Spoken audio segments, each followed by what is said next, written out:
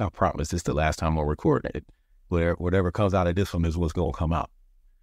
So anyways, what's going on? It's Tyrell Reed, Pizza King Podcast, back on the mic with you. It's been a week since I talked to you, and I'm just excited to get back on the mic and have these conversations with my pizza people out there. I was going to say pizza. No, our pizza with my pizza people. Trying to say that one quick.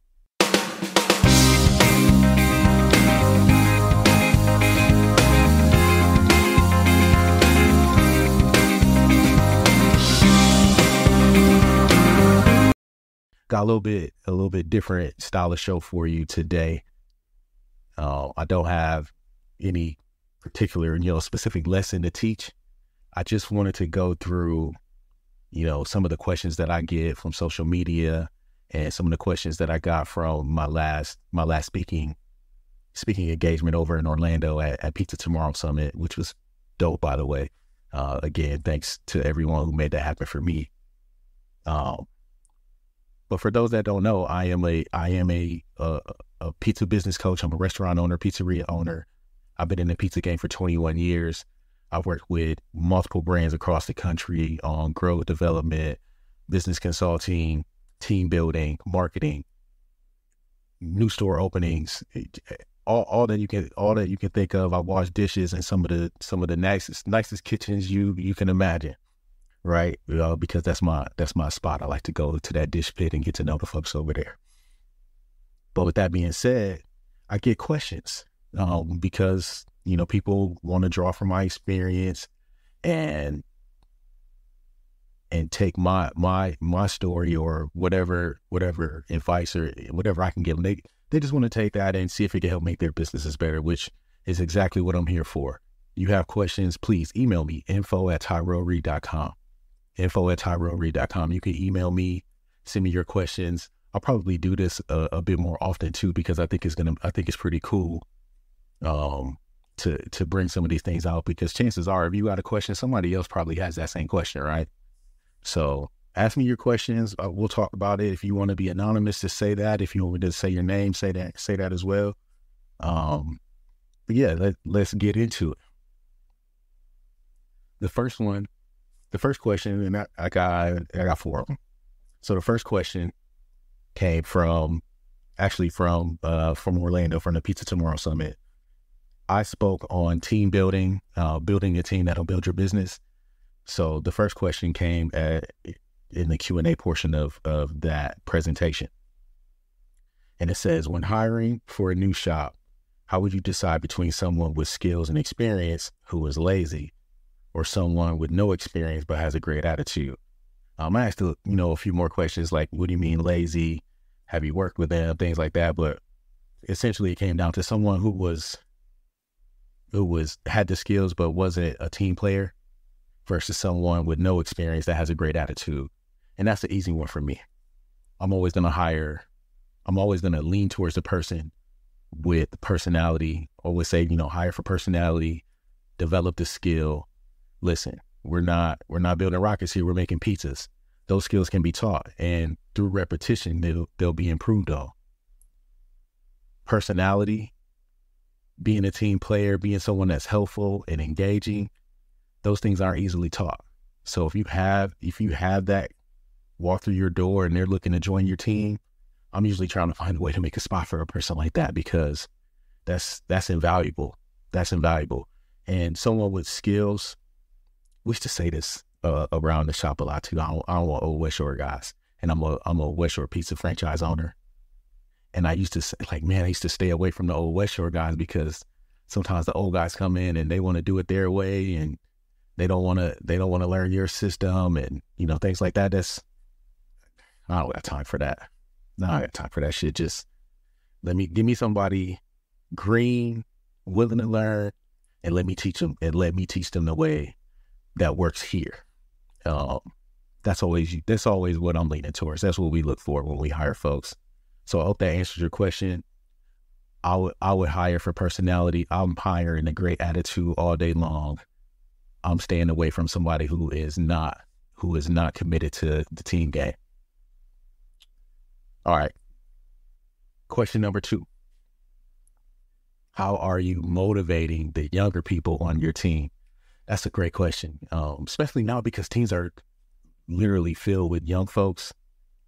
It seems like the hiring pool now has gotten 10 years younger, and you have to stay connected with these folks with these young people to understand what motivates them and what drives them, because it's not the same as our generation. It used to be this deal where you could just throw money at people and folks, you could get things done with just a few extra dollars or whatever. Money doesn't necessarily fix things anymore. And these young folks aren't necessarily motivated by money because they found, easier ways to make money, with gig work and, delivery, like everybody's self-employed. If you're like you an Uber driver or you DoorDash and all this crazy stuff. But what I would say is you have to find a way to connect with them on their level, meet them where they are, right? The first thing you have to do is to understand that they're living in a world that has an equal amount of pressure and stress and negativity and these, all these things that can bring you down, and the world is pretty gloomy, right, for them, because look at the things that they see and look at what's going on out there. So they have real stress. And sometimes it doesn't feel like that for us because generation to generation, things, in theory, get easier for the next generation. So it becomes easier for us to discount what the next generation is going through.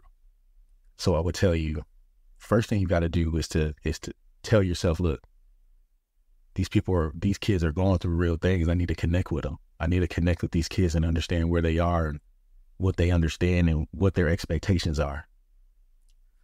But then to answer the question, the easiest for me, what has been not the easiest way, but what has been the most beneficial way of motivating young folks is through recognition and through development, recognizing them for all of the things that they do well, and then continuing to work with them on getting to the next step or the next level of whatever it is they're trying to do. Not necessarily the next level in my pizzeria, but what are you trying to do in your life?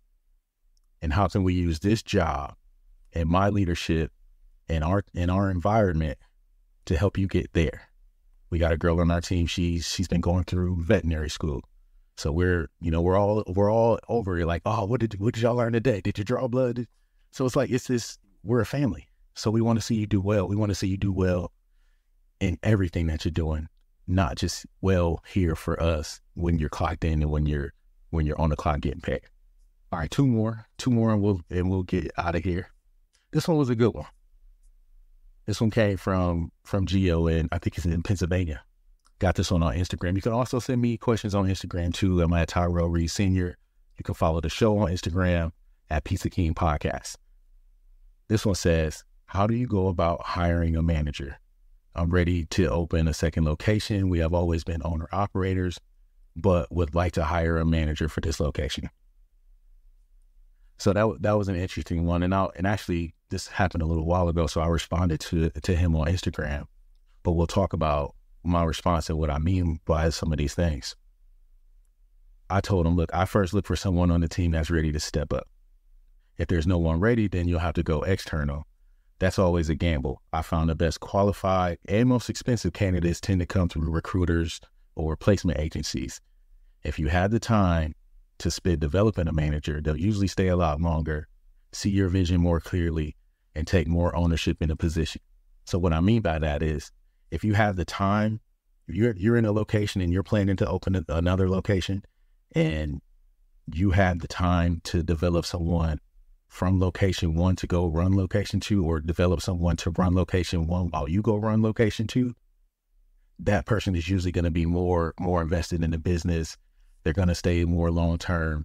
But if you do have to go external, I've gotten better results from working with agencies, recruiters, to send me qualified candidates, because it's always a crapshoot when you're throwing salary positions out on job boards, because anybody could apply, and you could end up actually wasting a ton of time sifting through unqualified candidates or people who, you know, apply for the wrong thing, or they're just clicking on all those things. I don't recommend going that route when looking for someone for a salary position.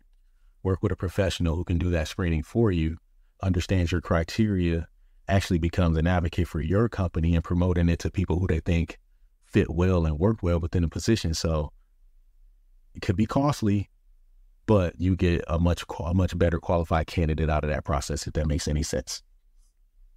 So take a look at it. But a great question. I know a lot of folks out there, you know, have these shops or these trucks, and you're ready to expand and grow. My advice is always start, you know, build the people first and grow as your team grows. Always pour into people, always develop, always keep that cycle going, so that when you're ready to expand, you're not worried about how we're going to do it or who is going to be in position here. It's like, shit, man, we got some great people here. We need to start figuring out what's next, because we might lose a great manager if we don't hurry up and build another store. That's a better position to be in my opinion. All right, last one. This one was a good one too. This came from Kate in New York, and she said, it said personal question alert. Those are always the good ones, right? Personal question alert. If you own pizzerias, how come you choose to still work in them? How come you choose to still work in them? Your story yesterday mentioned you making pizzas. All I know is when I strike it rich, I'm going to stop working and invest my money in other people's projects that align with my values and my passions. And hey, thank you for that question, Kate. And Kate and I, we've texted back and forth a couple of times. She always sends me good pizza content, and you know, she's always engaged and asking questions. So I know that she definitely can ask me anything that she wants. So I know that when she asks me something, it comes from a good place. She's pure. And what I told her, and this one I did reply on her message, but I'll talk about that here. I told her simply, I love making pizzas, number one. So she saw a story of me, or a post of me talking about making pizzas or something in the shop, and I do make pizzas in the shop. But I told her I love making pizzas. However, running a business still requires lots of attention, even with a good team. So, you know, I'm working. My partner JR and I, we work in our store. Even with a general manager in place, this is not a hands-off business. This business is made for owner operators, especially in single store like our one store. So, you know, we're taking care of it. It's 5 miles from my house, and it's just, that's my baby. So we're gonna put every piece of attention that it requires into it, and some, because it provides quite a bit for all of us, not just me and the partners, but our staff and their families and our customers. That we got customers that come to us 5, 6, 7 days a week, you know, depending on who they are and what they're looking for. So it's important that we give it the proper attention to ensure that we're always providing quality product. We're always in a great environment for our team and for our customers. So that comes from being there. And I come from a school of don't ever let anybody hold you over a barrel. Meaning, you can quit me, but I can do your job. And not that anybody on my team is threatening to quit or doing anything like that, but there's not anything within that operation that I can't do, because I don't want to be in a position where I have to close or I can't open because somebody didn't do something or someone didn't show up. So we work because that's, you know, I work because that's my business and I'm going to take care of it. But I also work because I love making pizzas. I love engaging with the team, being there. I mean, what else am I going to do? Just sit at home all day? So I love doing this here and talking on the podcast, but I love being in that shop. And I spent years away from the shop. So now it is with a different type of passion when I get to work now and make pizzas and have fun and spend Friday night, Saturday night, whatever it is. It's different now because I spent 8 years in corporate America traveling and, learning. And I did learn a lot. I'm so grateful for the time I spent in those corporate environments because I learned a lot about the restaurant business and how to grow with scale, meaning brands that were opening hundreds and hundreds of restaurants. That is a different insight into the business. So I'm grateful for the time that I spent doing that, but I'm also more grateful for the opportunity to come back to my business and say, look, let's just focus on this. And life is very peaceful. I don't know. Making pizzas is like, it's total peace for me. But anyways, those are the 4 questions that I had today. The last one, definitely a little bit on the lighter side, but just know that I'm open to any questions. Anybody wants to know anything about what I do, how I would handle certain situations. Again, TyroReed.com. You can book. You can send me your questions via email, info@TyroReed.com.